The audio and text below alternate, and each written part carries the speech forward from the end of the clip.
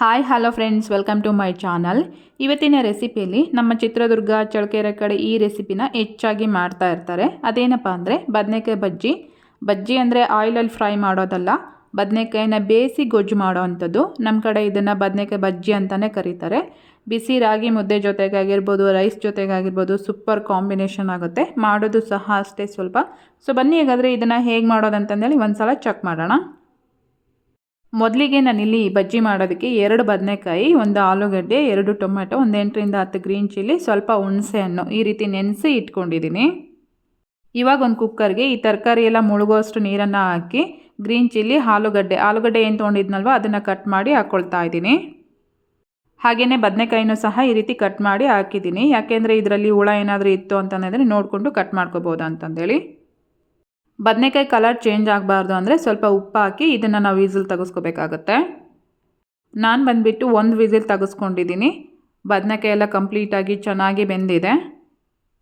ಇವಾಗ ಈ ಕುಕ್ಕರಲ್ಲಿರೋಂಥ ನೀರನ್ನೆಲ್ಲ ತೆಗೆದು ಹಾಗೆಯೇ ತರಕಾರಿ ಎಲ್ಲ ಸಪ್ರೇಟಾಗಿ ಮಾಡಿಕೊಂಡು ಅದೇ ಕುಕ್ಕರ್ಗೆ ಗ್ರೀನ್ ಚಿಲ್ಲಿ ಹಾಗೆಯೇ ಸ್ವಲ್ಪ ಉಪ್ಪು ಹಾಕಿ ಈ ರೀತಿ ಎಲ್ಲ ಮ್ಯಾಶ್ ಮಾಡ್ಕೊಳ್ತಾ ಇದ್ದೀನಿ. ಗ್ರೀನ್ ಚಿಲ್ಲಿನ ಈ ರೀತಿ ಎಲ್ಲ ಮ್ಯಾಶ್ ಮಾಡ್ಕೊಂಡ್ಮೇಲೆ ಟೊಮೊಟೊ ಸಿಪ್ಪೆ ತೆಗೆದುಬಿಟ್ಟು ಇದೇ ಕುಕ್ಕರಲ್ಲಿ ಹಾಕಿ ಮತ್ತೆ ಅದನ್ನು ಮ್ಯಾಶ್ ಮಾಡ್ಕೋಬೇಕು.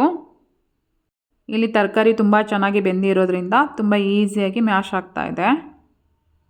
ಇವಾಗ ಇದಕ್ಕೆ ಬೇಯಿಸಿಟ್ಕೊಂಡಿರೋಂಥ ಬದನೆಕಾಯಿನ ಹಾಕಿ ಜಸ್ಟ್ 1-2 ರಿಂದ 3 ಸೆಕೆಂಡ್ ಇದನ್ನು ಈ ರೀತಿ ಮ್ಯಾಶ್ ಮಾಡಿಕೊಂಡ್ರೆ ಸಾಕು.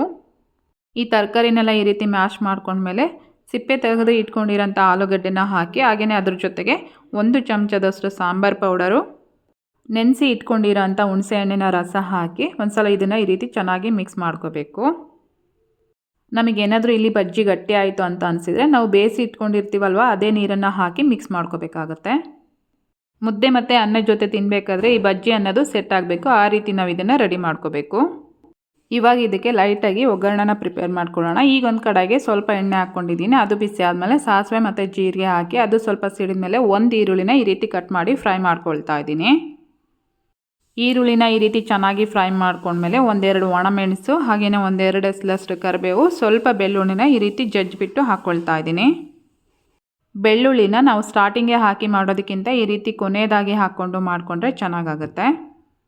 ನಾವು ಮೊದಲೇ ಹಾಕಿ ಮಾಡೋದ್ರಿಂದ ಬೆಳ್ಳುಳ್ಳಿ ಫ್ಲೇವರೇ ಜಾಸ್ತಿ ಕೊಡ್ತಾ ಇರುತ್ತೆ. ಹಾಗಾಗಿ ಈ ರೀತಿ ಕೊನೆಯದಾಗಿ ಹಾಕ್ಕೊಂಡು ಮಾಡ್ಕೋಬೇಕು.